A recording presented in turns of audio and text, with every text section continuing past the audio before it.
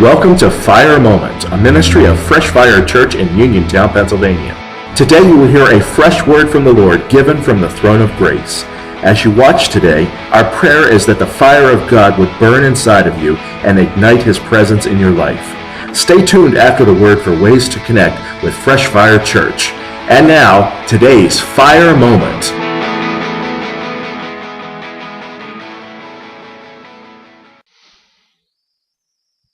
Welcome to Fire Moment. Thank you for being with us today on this Friday edition. You know, God has just done great things this week on the program. We began the week with continuing this series on just radically and ridiculously blessed. And then yesterday talking and speaking with Pastor Donnie Hinkle, Minister Nancy Gideon, the speakers of our conference that's going on right now today. As you're watching this, we're in just the middle of this conference. And so God's doing good things. But today, we're going to switch gears yet again, and we're going to talk about an issue that is really, really important to this generation of young people. You know, our teenagers, our youth groups and our churches need to be heard. And there's a cry coming from the generation today that is not being heard. And there's a real issue in our schools. There's an issue in our churches. There's an issue even for children who are homeschooled. If your child has a Facebook, they're dealing with this issue. If your child goes to school, if your child has other friends, they're dealing with bullying. Friends, it's an issue that is destructive on so many levels, physically, emotionally, mentally, in almost any way you can imagine. Our children are being bullied, and it's destroying them. It's crippling them. You know, so much of who we are, some of you as an adult may know what it has been like to be abused as a child. Personally, I grew up with not just physical abuse, sexual abuse, but I also grew up with verbal abuse. And I can tell you, beyond the physical, beyond the sexual abuse that I endured as a child, I still can remember and hear the voice of a certain individual who told me I was nothing, I was worthless, and would tear me down just as a young boy. Friends, those verbal abuse, that verbal abuse, the words of a bully echo and ring in our children's ears for years to come. It cripples who they will become. The Bible declares that we're the head and not the tail, above and not beneath. The Bible declares promises over us and our children. And yet the world is screaming everything it can to contradict the Word of God. Friends, the church has got to do something. Last year, on this program, I talked to you extensively on several programs about bullying. I covered with you stories of some of our very own students here at Fresh Fire Church.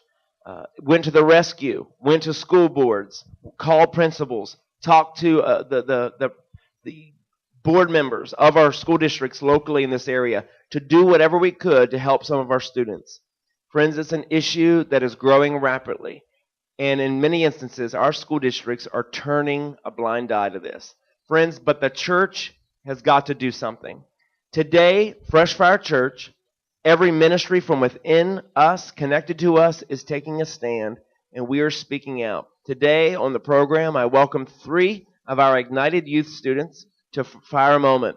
These students are varying ages. Today I have Rachel, Cody, and Shania on the program. Again, they're part of our youth group. This is not all of our youth group, but these are just some of our students that could be here today. Today and this week, as we come back next Friday, we're going to talk about their personal experiences, what the schools do, signs of how you as a parent, how you as a grandparent can identify and look at a child and know if they're dealing with bullying. See, most children are bullied, and they're never telling anybody. The teachers aren't noticing, parents aren't noticing, churches aren't noticing. It's time we notice, and it's time we do something. Today, friends, without any further delay, I want to welcome to the program Rachel, Shania, and Cody. Thank you all for being with us today. I know it's your first time here in front of camera, and friends, they're nervous. They have a lot of thoughts, and I know just the topic itself can be a little bit nerve-wracking. But we're going to be taking a break here in a few minutes. But before we go to break, I want to take at least a minute to introduce each of you and just give us a little bit of background on each of you. So, Rachel, your dad is the youth pastor here, but your age, how old are you? 15. All right, you're 15. Shania, how old are you? I'm 17. All right, you're 17. And Cody, how old are you? I'm 18. Okay, so we go 15, 17, 18. So somewhat close, but each of you will deal with bullying, I'm sure, in a different way. One of the things I wanted to ask you just before we prep for break is, Cody, what's the earliest that you can remember being bullied?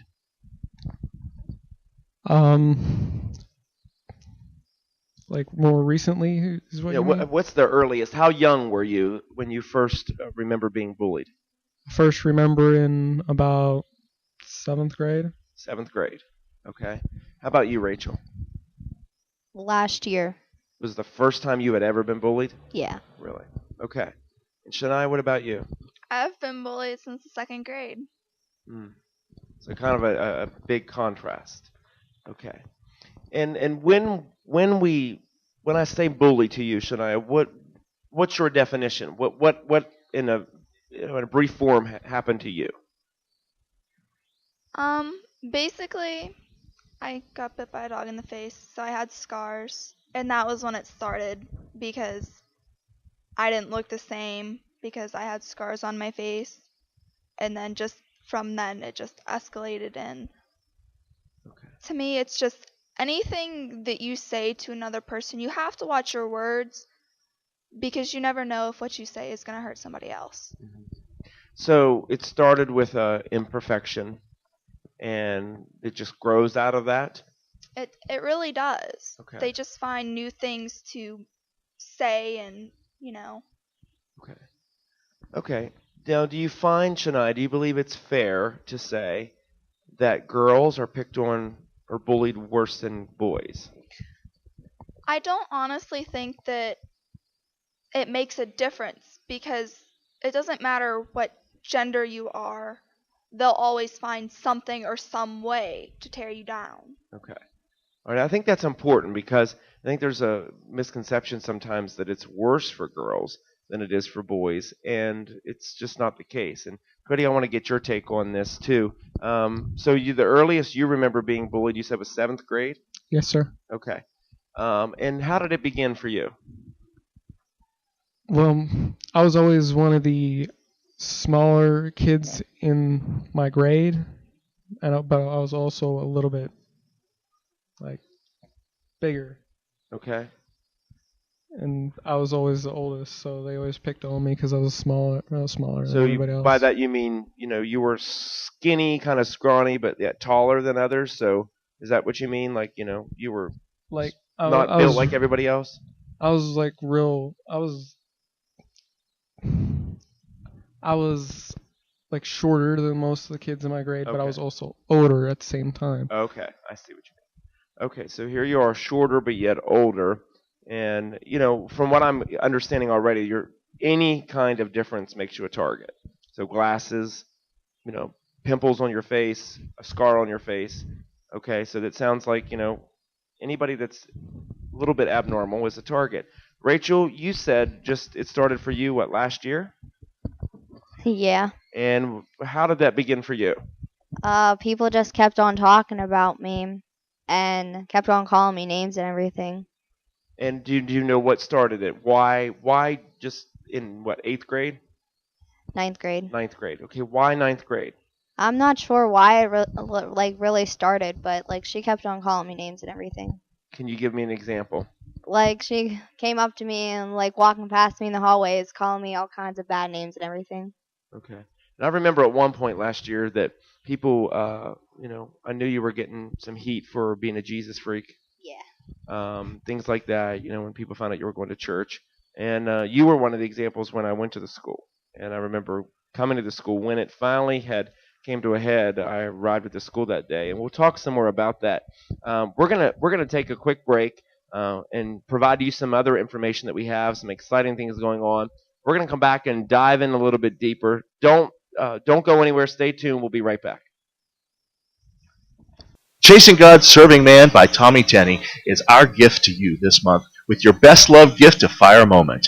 Your seed will help Fire Moment continue to spread the gospel of Jesus Christ around the world. Sow your seed today by going to freshfirechurch.net or by mailing it to Fire Moment, P.O. Box 207, Briar Hill, Pennsylvania, 15415. Fire Moment, bringing the fire of God into your life. Welcome back, everybody. We're going to continue today talking on the subject of bullying with some of our own Ignited Youth Group from Fresh Fire Church here. Just speaking to us, giving us an insight into their life. Between today and next Friday, I hope to provide you with information that will be helpful to you. As we continue into the discussion with you all, I want to just share a couple of statistics that I think are astounding. 2 out of 3 teens, 2 out of every 3 teens are verbally or physically harassed every year. 2 out of every 3. That's astounding. Over half of teens have been bullied online. So if your child has a Facebook, a MySpace, Twitter, if they're online, any kind of social networking site, over half of teens have been bullied online.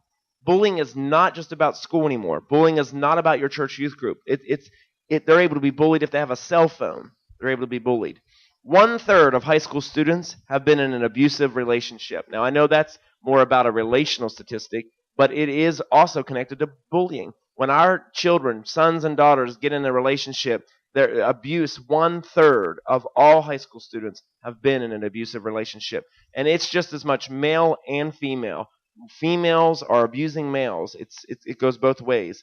In our society, bullying is the most common form of violence today. The most common form of violence today is bullying. I never would have imagined that it's the most common. One more statistic for you before we talk some more is American schools hold 2.1 million bullies and 2.7 million of their victims. 2.1 million bullies. Let me share this one final one. I think this is astounding as well.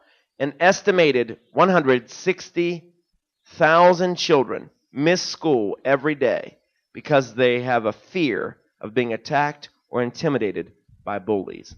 160,000 teenagers are missing school every day just simply because they're afraid of being bullied or intimidated. Have any of you ever not went to school for that very reason? I see No, a sir. head shaking. I'm sorry, Cody? No, sir. No. What about you, Rachel? Have you ever missed school? I know you like school, but have you ever missed school for that reason? Well, I thought about it, but I still went. Okay. Now, just before the break, we were talking about you, Rachel, last year. It's when bullying began for you. And I ended up going to the school and trying to intervene. And things had been bad for you for a while. And just to give a little bit of background, we won't identify the school district, but it is a local school district.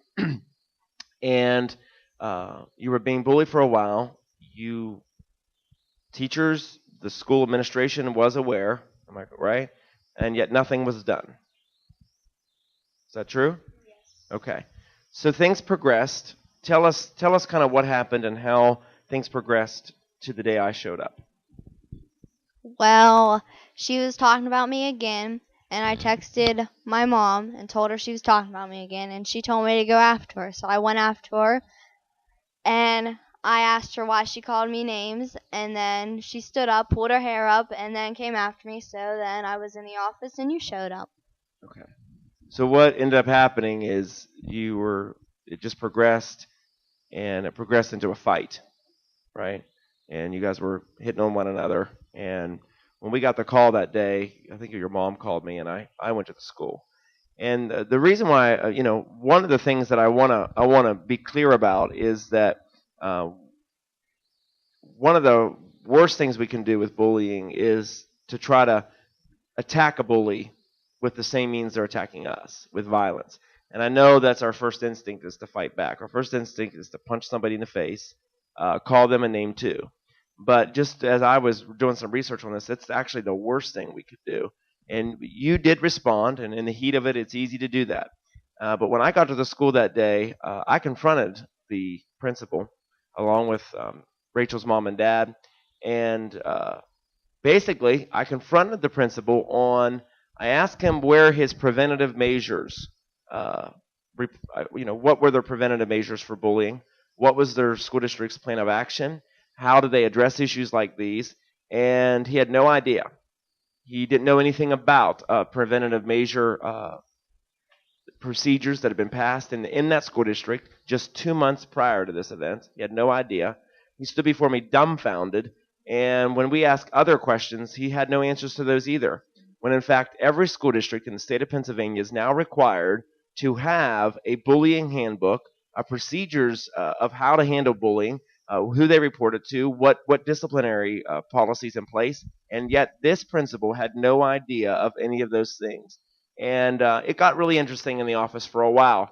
Friends, I bring this up because as a parent, if your child is suffering from bullying, you have to put sometimes pressure on school districts and those in leadership to get answers. There should be, I know in 47 of our 50 states in this country, 47 states have passed anti-bullying laws. There are only 3 states that have not, which means our schools are held to an accountability by the government to do something about bullying. So as we were there that day and you ended up getting a fight, you got suspended, right? Yes. Okay, for how long? 3 days. 3 days. So Rachel got a 3-day suspension for bullying, which the school had been notified about. Her mom and dad had contacted the school, contacted teachers. They had asked them to do something about it, and up to this point, nothing had been done. Am I accurate? Nothing has been Nothing done. had been done. Hear me, I'm not here to bash school districts. I'm here to make you aware that we have to put some pressure. We have to draw some attention to this issue. And so nothing had been done, but yet once it got heated enough to where they swung fists, they both got suspended. You went back to school, and did it stop Not really. It kept on going. throughout the year? Yeah. Okay.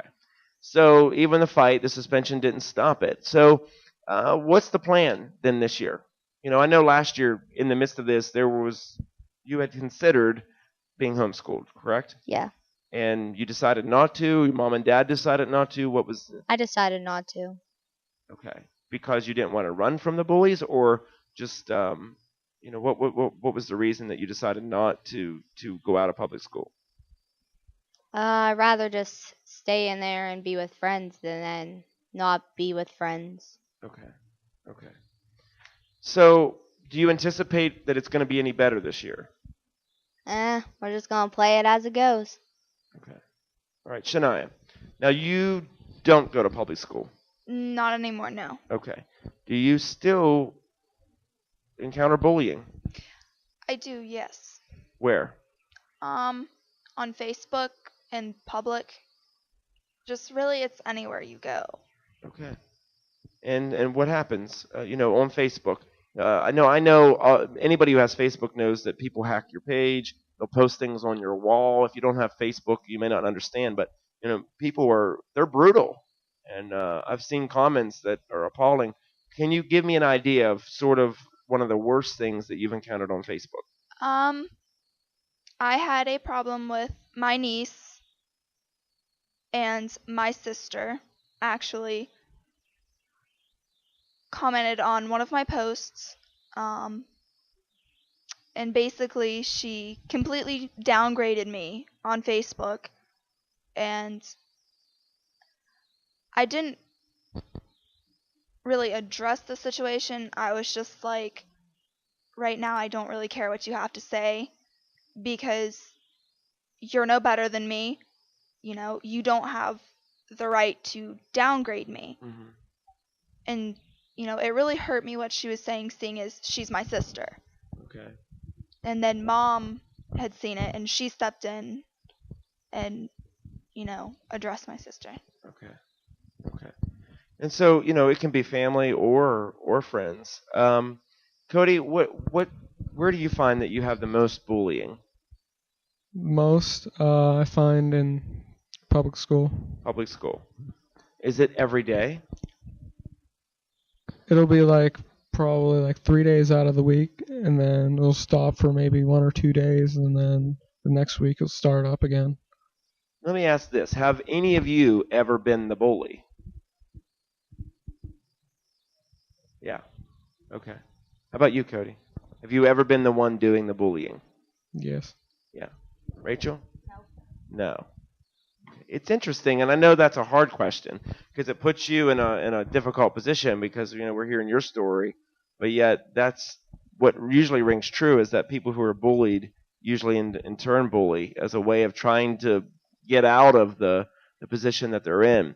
Now, help us understand, if one of you can, when you are bullied, what it does to you. What effect does it have on you? Anybody?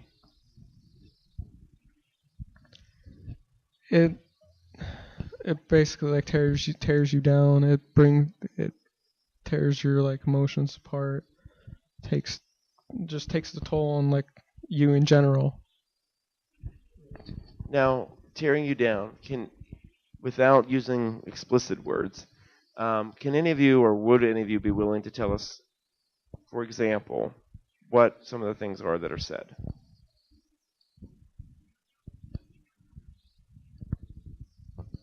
I know it's hard. I can't really say there's explicit words. Yeah. A lot of explicit words. You mean like said to us, Mhm. or well, it can be like anything, like you never amount to anything. That can tear you down really quick right there. Do people still call a lot of names? Yes, sir. Yeah. What about your appearance? The way you look, what you wear. Do they bully based on like mom and dad? The vehicle you drive. I mean, I'm just, I know what it was like when I was young, but it's even different now. They'll use anything as far, like they'll use your personality, they'll use the way you dress, the way you walk, they'll use anything that they can see as like an entryway to tear you down.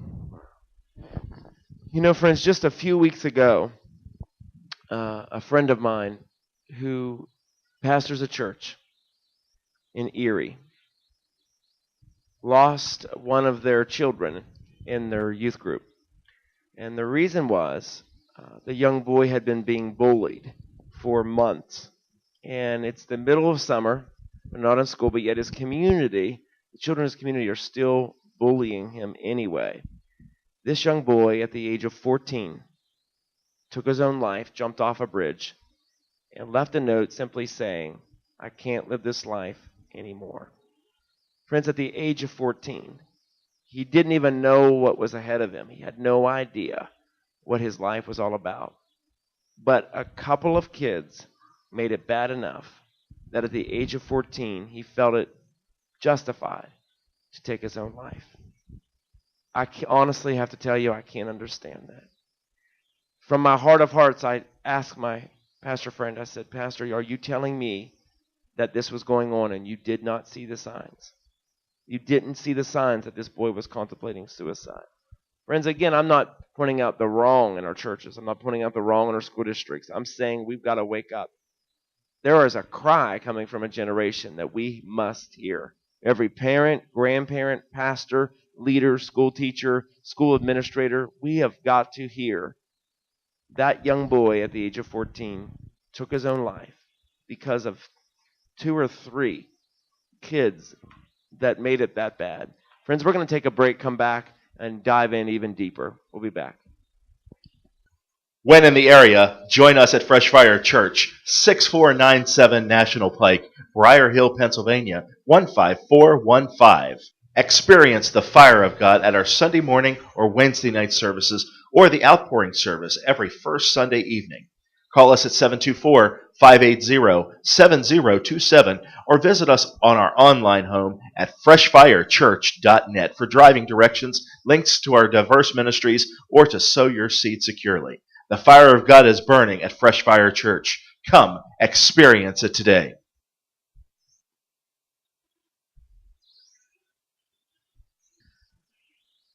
Welcome back, everybody. Thanks for staying with us.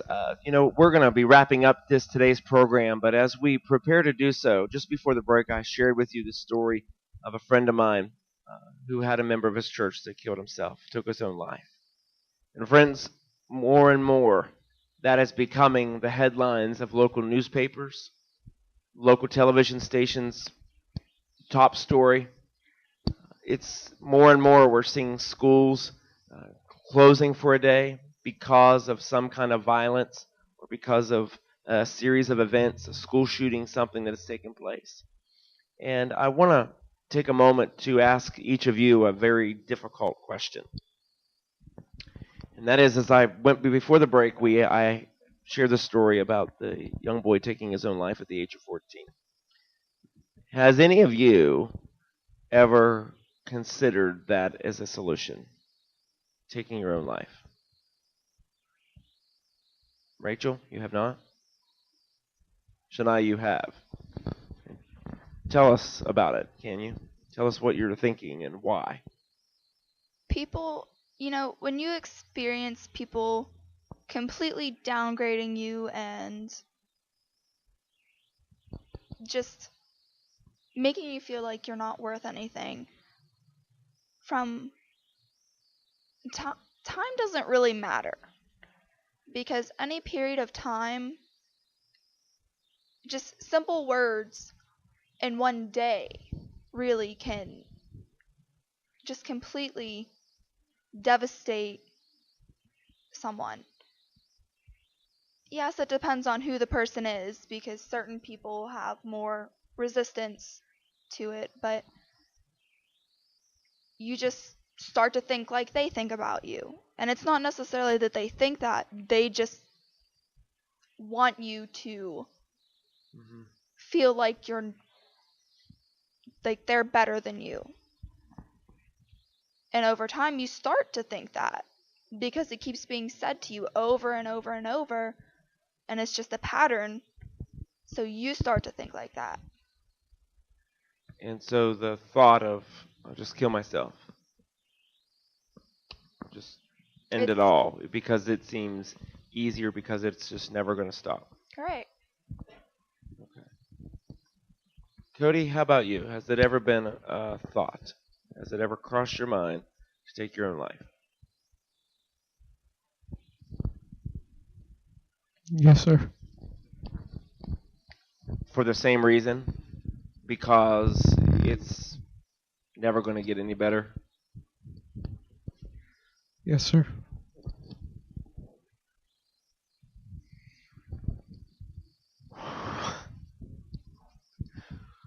Whew. Sorry. Can you, I know this is difficult, but can you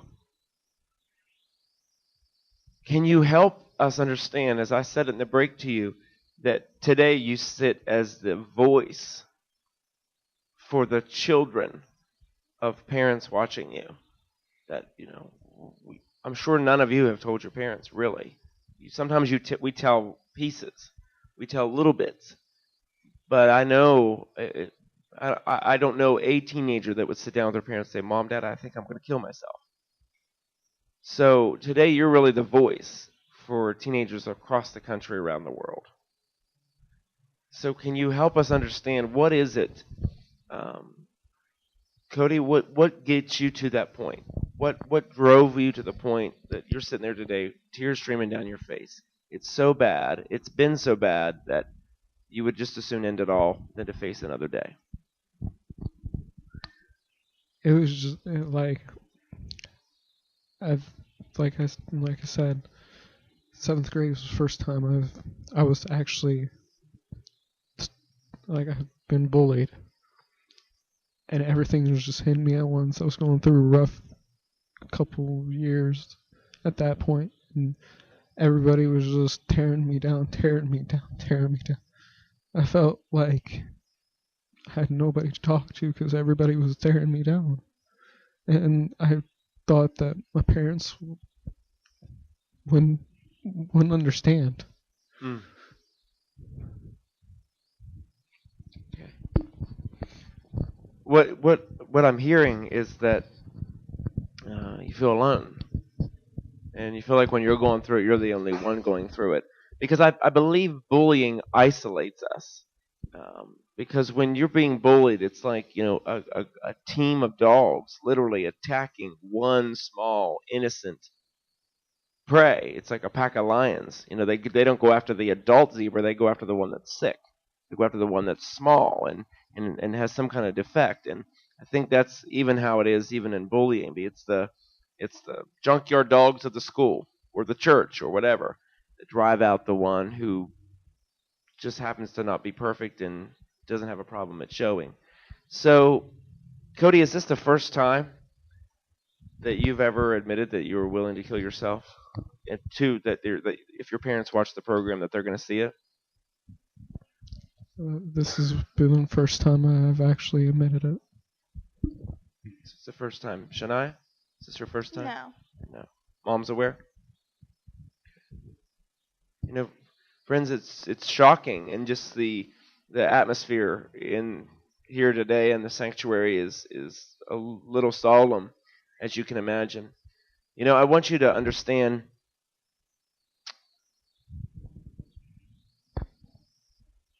one of the final things I wanted to mention, statistic to you, is more than 2/3 of students believe that schools respond poorly to bullying and that adult help is infrequent and ineffective.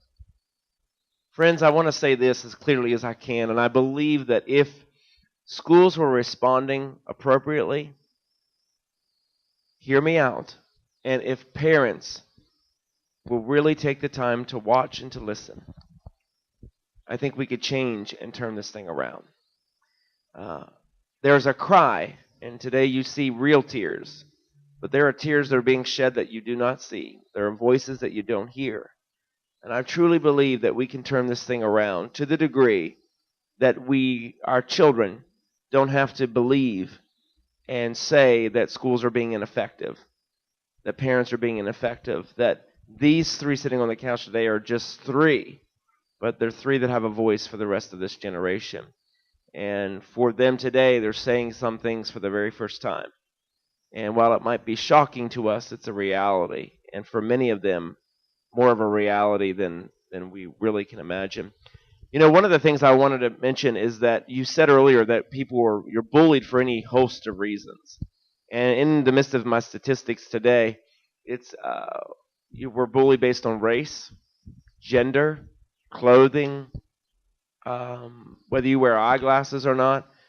People were, even today, one of the things that's different now than it was whenever I was in school, just a few years ago, is even now people are bullied based on their sexual orientation, which years ago was something we didn't even hear about.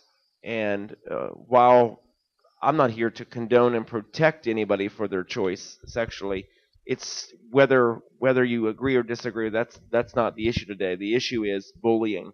And whether they are a bisexual or homosexual, it hasn't put us in a position to bully them. And I know that's one of the biggest ones. And even it's a term that people throw out and bully with, whether it's true or not. Is that true or not? That people will literally say, Shania, you're a lesbian, and there may not be any truth to it, but they'll use it anyways, just because it's such a hurtful thing right now. It really is true. Very literally, just 2 years ago, when I was in Louisiana, there was another girl that went to my school, and we were in gym class, and because of the people that I hang out with, we're more of the outcast group. We don't hang around all the ball players and cheerleaders, even though I was one. And she just yelled across the gym, "Lesbian." And I looked at her and I was like, "You don't even know me. Mm-hmm. So why do you feel you have the right to say something about me?" Wow. And I'd only been there for a couple years, I think.